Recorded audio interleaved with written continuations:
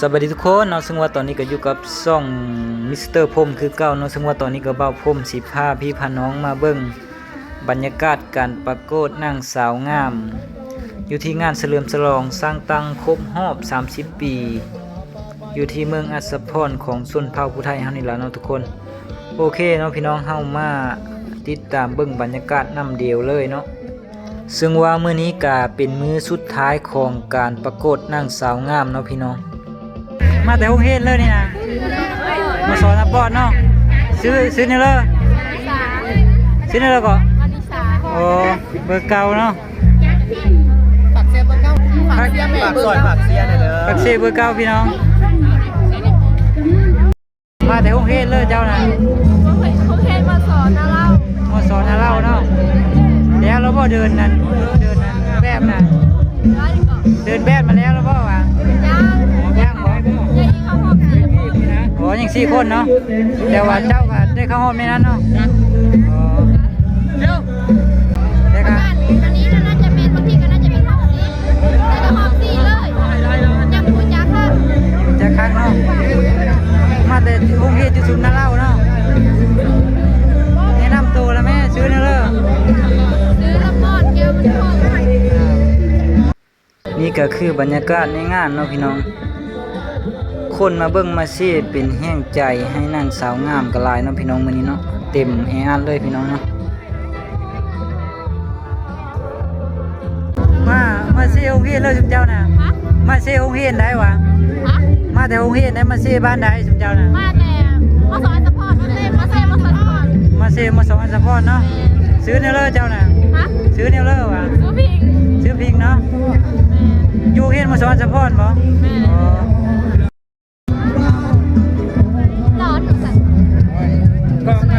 สาวบ้านเลิศนี่นะมาทาดอกแก้วทาดอกแก้วเนาะพวกนี้เด้ทาดอกแก้วเนาะพี่น้อง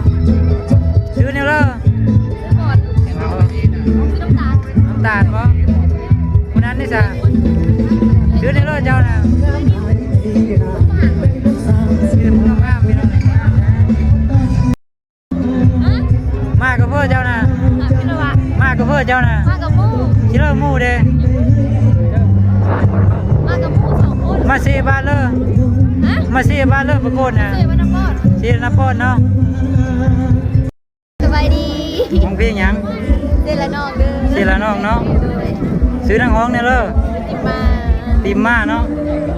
ฝากติดตามเด้อพี่น้องเด้อเพิ่นมาประกวดห้องเพลงมื้อนี้เนาะฝากติดตามเด้อสาวติมมาบ้านนาทมพี่น้อง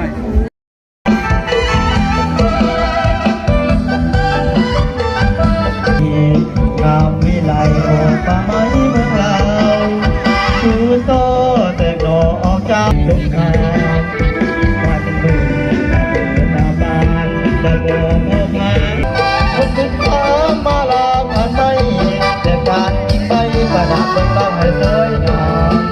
เจ้าจะบินละหน้าปีแก่เจ็บก่อนแล้วเพียงเนียนก่อนคอยหลัง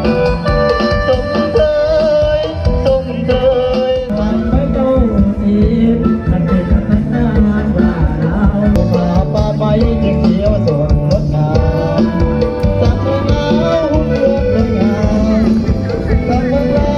เพื่อนสวยงามโอ้แม่สงครามมีทุกงานทำมา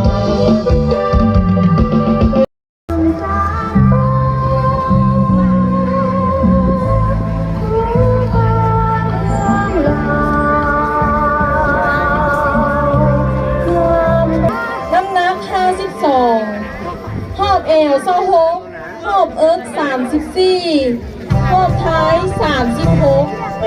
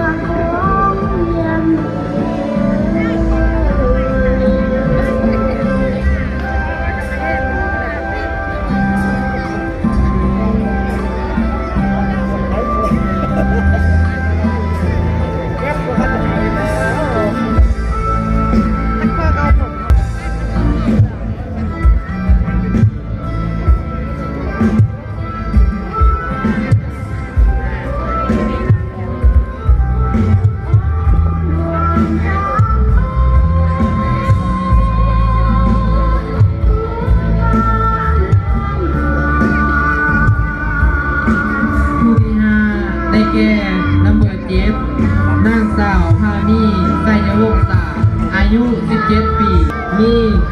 สูง160 น้ำหนัก 45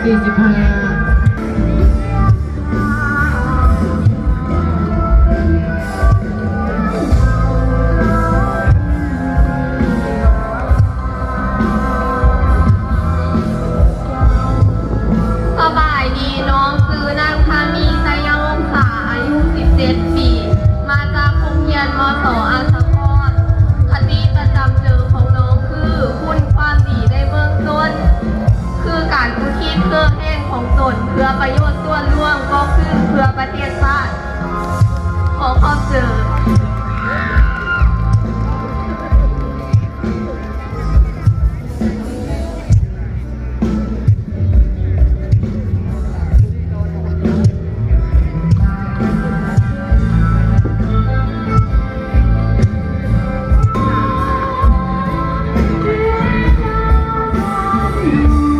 ผู้ที่หกได้แก่อำเภอแป้งอายุ 18 ปีต้องเข้าประกวดโดยผู้เพ่นมสนำเอาการแต่งกายของเพิ่นมาในสุดเข้าไทยซักซ้อนนี่สูง165ขอบเอิร์ก34ขอบท้าย36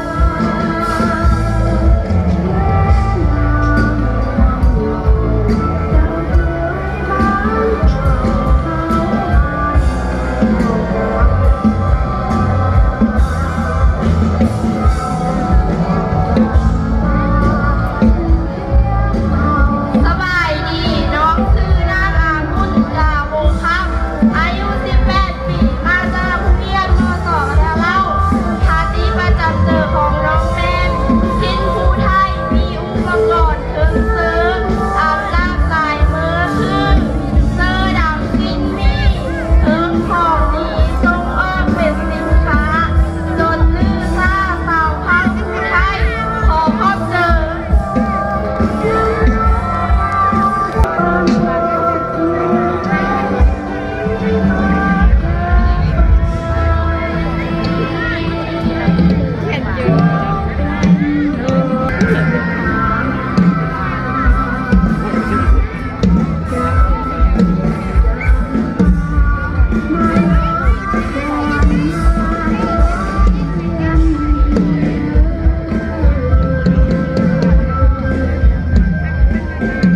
ผู้ที่7น้ำเบอร์เก้าได้แก่นางสาวปีซึ่งเฮาประกวดโดยโรงเรียนมส.น้ำเมาการแต่งกายนั่นเป็นสุดเข้าผู้ไทยสัดส่วนมีสูง160 34ท้าย32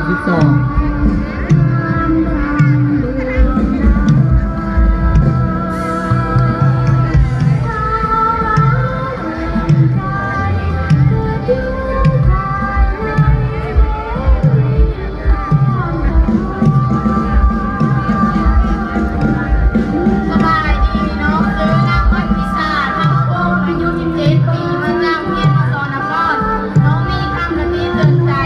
น้องงามญาติน้อยงามกายตั้งแต่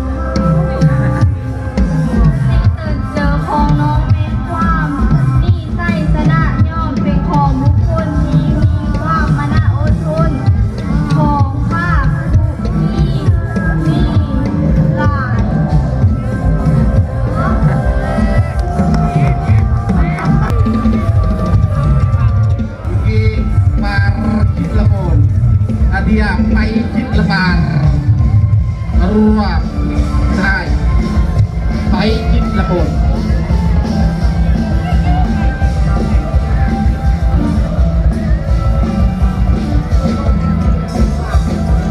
เพื่อนอ้อไปช่วยแซมบนมือไปมีนานุสิงทำมาวงอายุมาจิตตะกูกะมอเจอแต่โรงเรียนมอสอบคนงามกะติประจำนิดของแซมเบิร์นอันไปกันกันอะไรกันอะล่วงก่อมีนการขโมยคือแซมไอซีเบิร์นเจียเจ้าสบายดีน้องคือนางมีนานุสิงทำมาวงอายุ17 ปีมาจากมอสอคนงามกะติประจำใจของน้องนี่ชื่อว่ายิ่งยิ่งดียิ่งไปเห็นมันแน่อันว่ายิ่งแท้แท้แม่แล้วยังคอยยิ่งพอพอใจ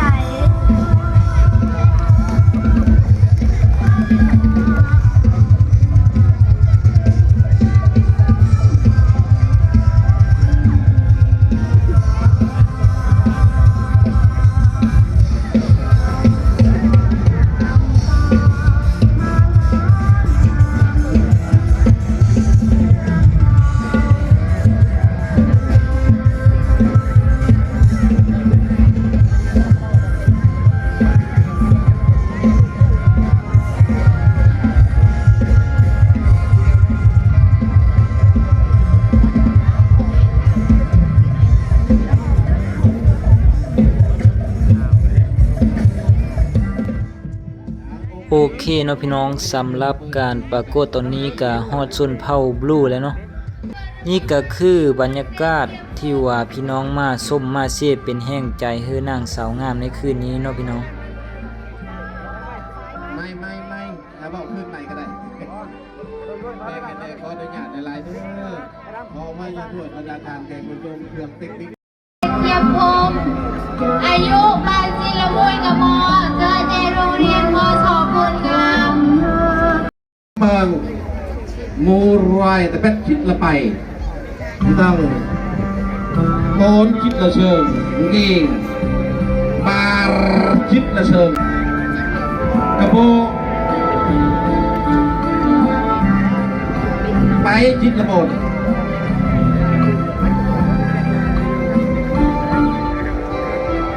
เงินออมเป็นกระบวนแสบบนอารมุงสุขพรคงประเสริฐ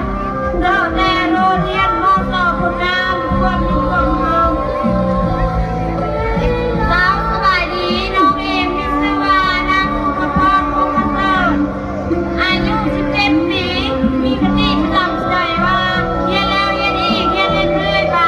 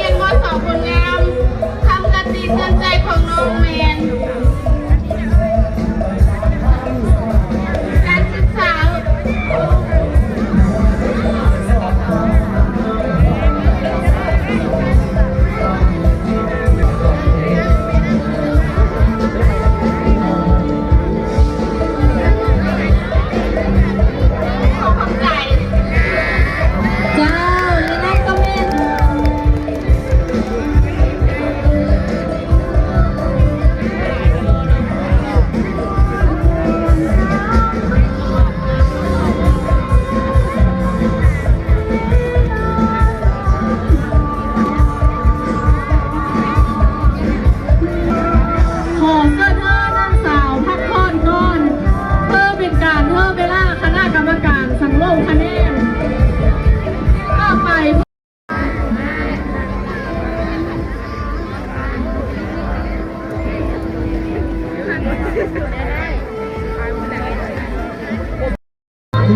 ที่ได้เอาออกของสิ่งสนาเลิศมีจะเป็นน้อง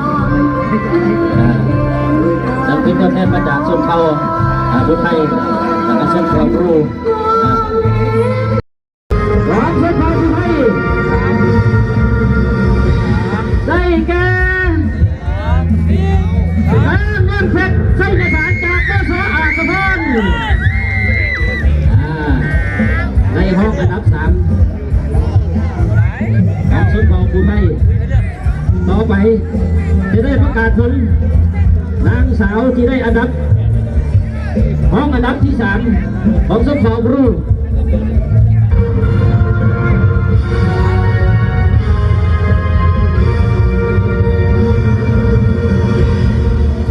ได้แก่นางศรีบุญเดชเทียมพงศ์จากมส.คนงามอันนี้เป็นบรรดานางสาวที่ได้ห้องอันดับ 3ฉะนั้นจะได้มีการมอบของขวัญรางวัลนางสาวที่ได้ห้องอันดับ 3เป็นเกียรติมอบของขวัญรางวัลขอถือเป็นเกียรติเชิญทั้งทางกองเล่อ่อนจันทรุไซคณะประจำของเมืองหัวหน้าคณะจัดตั้งเมืองไทยเกียรติขึ้นมอบของขวัญรางวัลเต็มปะบอกได้ผมจองไว้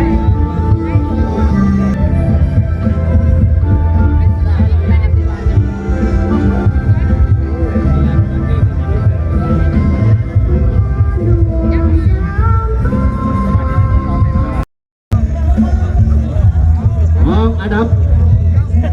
ห้องชนะเลิศห้องอันดับ 2ห้องชนเผ่าพุทธไทย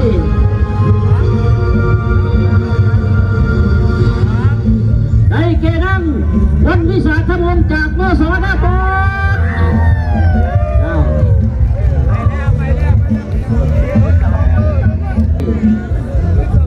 ต่อไปประกาศผลนางสาวอภรเผ่าที่ได้ห้องอันดับห้องชนะเลิศอันดับ 2ของชนเผ่าครู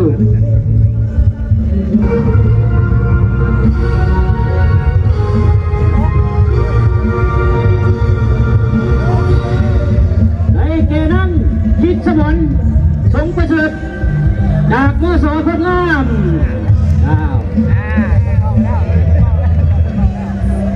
อันนี้เป็นนางสาวที่ได้ห้องชนะเลิศอันดับ 2เป็นเกียรติมอบของขวัญรางวัลต่อไปขอจุดเป็นเกียรติเชิญทั้งท่าน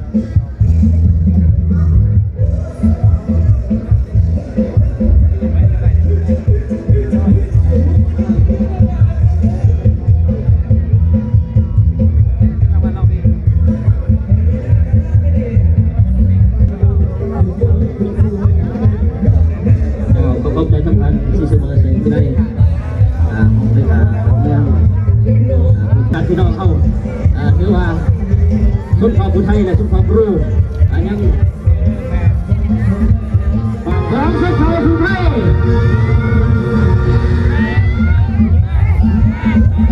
ให้แก่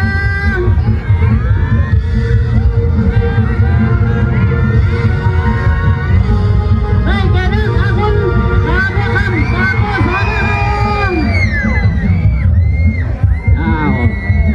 ดีใจนำของชนเผ่าพุทธไทยต่อไปจะได้ประกาศผลการแข่งขันประกวดนางสาวอภรเผ่าในงานวันสร้างตั้งเมืองอาสพรครบรอบ30 ปีของชนเผ่าครูนางสาวที่ได้รางวัลชนะเลิศในงานประกวดนางสาวอภรเผ่าของชนเผ่าครูให้แก่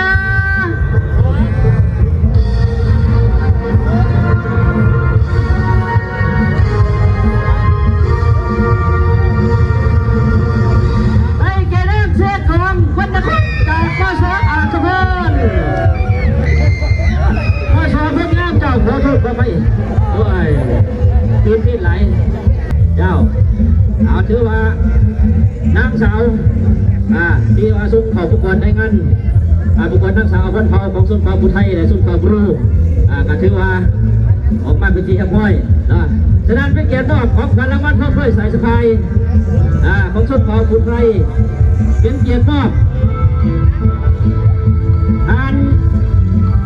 เผาของสุนเผาบุไทยเป็นเกียรติมอบโดยท่านคำสวรรค์ที่มาใช้ผู้อำนวยการโรงงานปรุงแต่ไม่เล่าเรียนประจำเมืองอาสาพันธ์ให้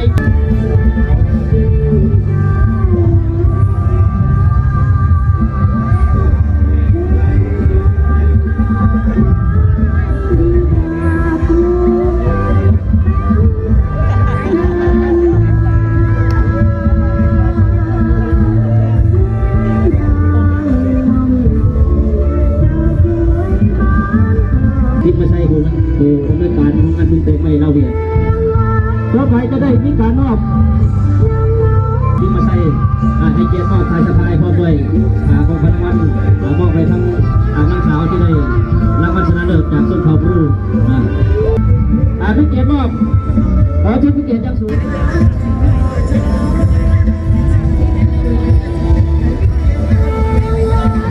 เอาพวกเข้าใจทั้งการนั่งประกาศขันเมืองถือว่าในงานประกวดนางสาวคนเรางานประกวดนักร้องเสียงดีมาร้องเสียงดัง ฝากกดติดตามช่องเฮอบ่าวพรมในเด้อพี่น้อง